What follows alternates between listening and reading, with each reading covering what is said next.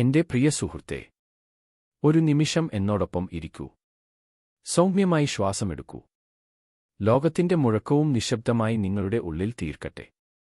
ഒരു സന്യാസി എന്ന നിലയിലുള്ള എന്റെ യാത്രയിൽ ഞാൻ മനസ്സിലാക്കിയ ഏറ്റവും ശക്തമായ ഒരു സത്യമാണ് ഇന്ന് ഞാൻ നിങ്ങളോട് പങ്കുവയ്ക്കാൻ ആഗ്രഹിക്കുന്നത്. കൃഷ്ണൻ തന്നെ നമ്മെ പഠിപ്പിക്കുന്നത് മഹത്തായ അത്ഭുതങ്ങളിലൂടെയല്ല, മറിച്ച് മനുഷ്യത്വത്തോടെ, ക്ഷമയോടെ, സ്നേഹത്തോടെ, പൂർണ്ണമായ അവബോധത്തോടെ നടക്കുന്ന വഴിയിലൂടെയാണ്. ആവേശത്തിൽ നിന്നോ ഉച്ചത്തിലുള്ള പ്രസംഗങ്ങൾ കേൾക്കുന്നതിൽ നിന്നോ അല്ലെങ്കിൽ പ്രവർത്തിക്കാൻ മനസ്സിനെ നിർബന്ധിക്കുന്നതിൽ നിന്നോ ആണ് പ്രചോദനം വരുന്നതെന്ന് പലരും കരുതുന്നു.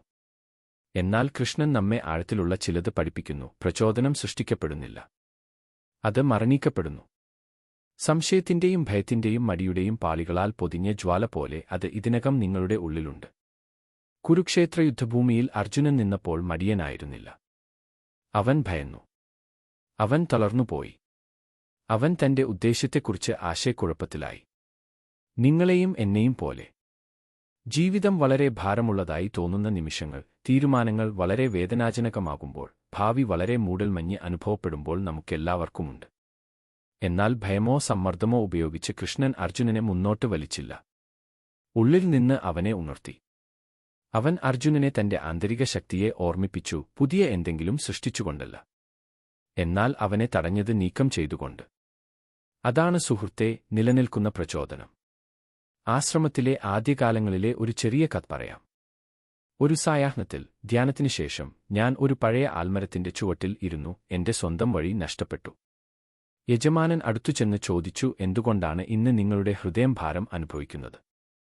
ഞാൻ അവനോട് പറഞ്ഞു, എനിക്ക് ഈ വഴി നടക്കണം, പക്ഷേ എനിക്ക് വേണ്ടത്ര നല്ലതായിരിക്കില്ലെന്ന് ഞാൻ ഭയപ്പെടുന്നു.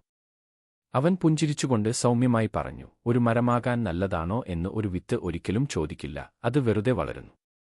സൂര്യൻ അതിനെ നിലവിളിക്കുന്നില്ല, ആകാശം അതിനെ നിർബന്ധിക്കുന്നില്ല, എന്നിട്ടും അത് ഉദിക്കുന്നു. ആ നിമിഷം കൃഷ്ണൻ അർജുനനോട് പറഞ്ഞ വാക്കുകൾ എന്നെ ഓർമ്മിപ്പിച്ചു. നിങ്ങൾക്ക് പ്രവർത്തിക്കാനുള്ള അവകാശമുണ്ട്, ഫലങ്ങളിലേക്കല്ല. നിങ്ങൾ ചെയ്യേണ്ടത് സ്ഥിരമായ ഹൃദയത്തോടെ ചെയ്യുക. കൃഷ്ണന്റെ പ്രേരണ സ്വയം കഠിനമായി തള്ളുകയല്ല, അത് സ്വയം ആഴത്തിൽ മനസ്സിലാക്കുന്നതിനാണ്. നിങ്ങൾ ആരാണെന്ന് അറിയുമ്പോൾ നിങ്ങളുടെ പാത വ്യക്തമാകും. നിങ്ങളുടെ ഉദ്ദേശം അറിയുമ്പോൾ നിങ്ങളുടെ ചുവടുകൾ സ്ഥിരമാകും. കൃഷ്ണൻ കൂടെ നടക്കുന്നുണ്ടെന്ന് അറിയുമ്പോൾ ഭയത്തിന് ശക്തി നഷ്ടപ്പെടുന്നു. ഒരു നിമിഷമെടുത്ത് സ്വയം സൗമ്യമായി ചോദിക്കുക, ഇന്ന് എന്റെ ജീവിതത്തിൽ ഞാൻ വളരാൻ ആഗ്രഹിക്കുന്ന ഒരു കാര്യം എന്താണ്? നാളെയല്ല, അടുത്ത മാസമല്ല, ഇന്ന്. നിങ്ങൾ ഒരു ദിശ തിരഞ്ഞെടുക്കുമ്പോൾ പ്രചോദനം ആരംഭിക്കുന്നു, ഘട്ടം ചെറുതാണെങ്കിലും. കൃഷ്ണൻ നമ്മെ ഓർമ്മിപ്പിക്കുന്നു, കീഴടങ്ങൽ ബലഹീനതയല്ല, വ്യക്തതയാണ്.